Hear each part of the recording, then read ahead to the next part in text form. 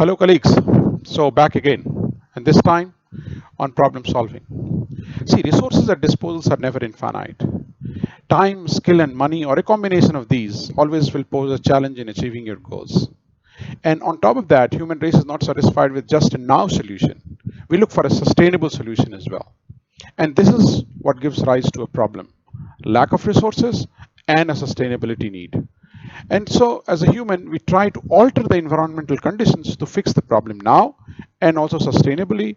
And this is what overall problem solving is all about. And indeed, it's problem solving. That's what has given human race many innovative processes, many innovative products, and sometimes even discoveries. Yeah. So let's go more into detail a bit. What are the broad steps? One, it should not be rushed. Problem solving must not be rushed. The calmer the mind, more sustainable is the solution. And primarily, like anything, it has two zones. One is a problem zone where you define it, you analyze it, we will see the steps.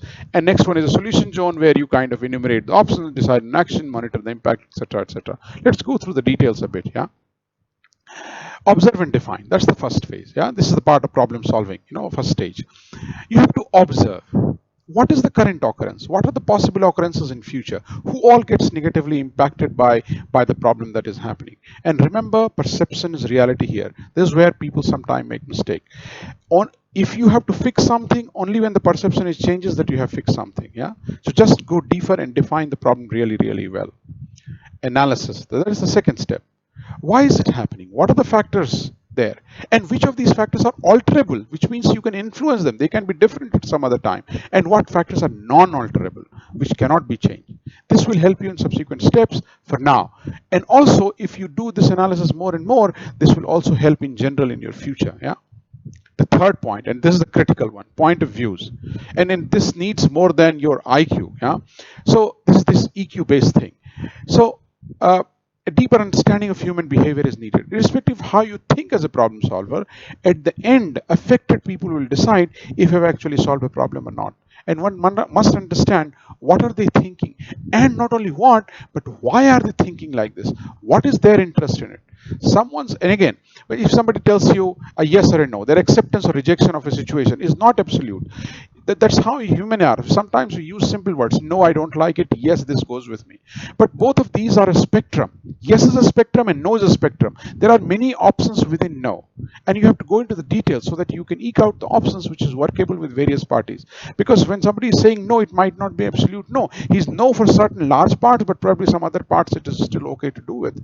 And that is why it is absolutely important, absolutely critical to understand the point of views. So these were the three steps which are part of the problem arena, so to say. Now let's look at the solution steps. Yeah. First one, options and risks. Now we begin with the solution space as we discussed. And this is a multifaceted task.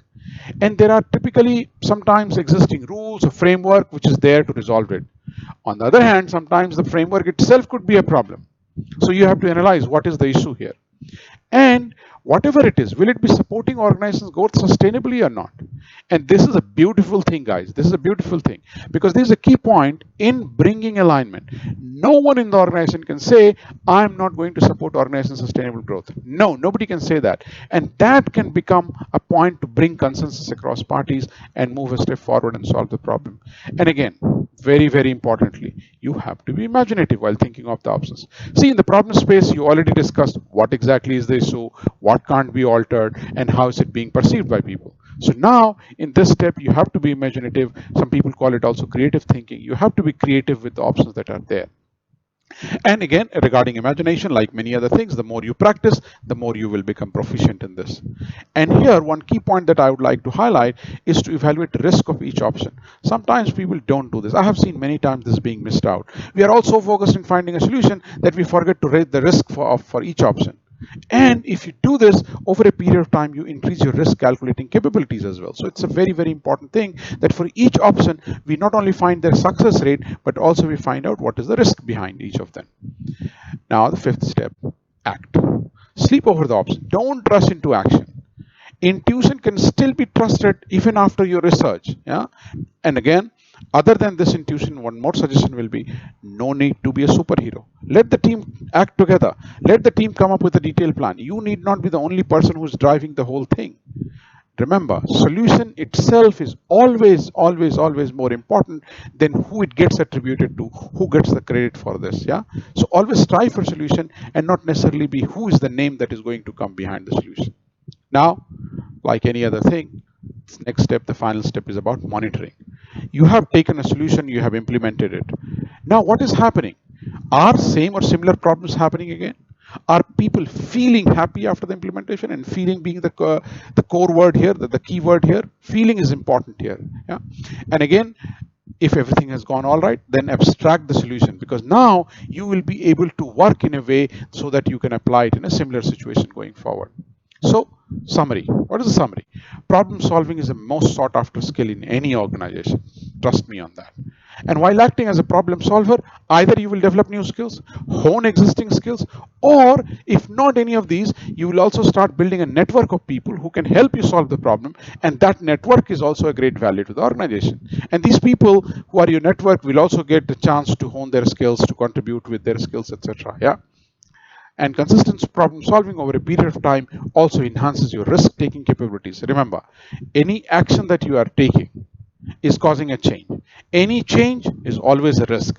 And that is what, the more problem you solve, the more risk taking capabilities come within you. And that essentially is needed for any growing organization.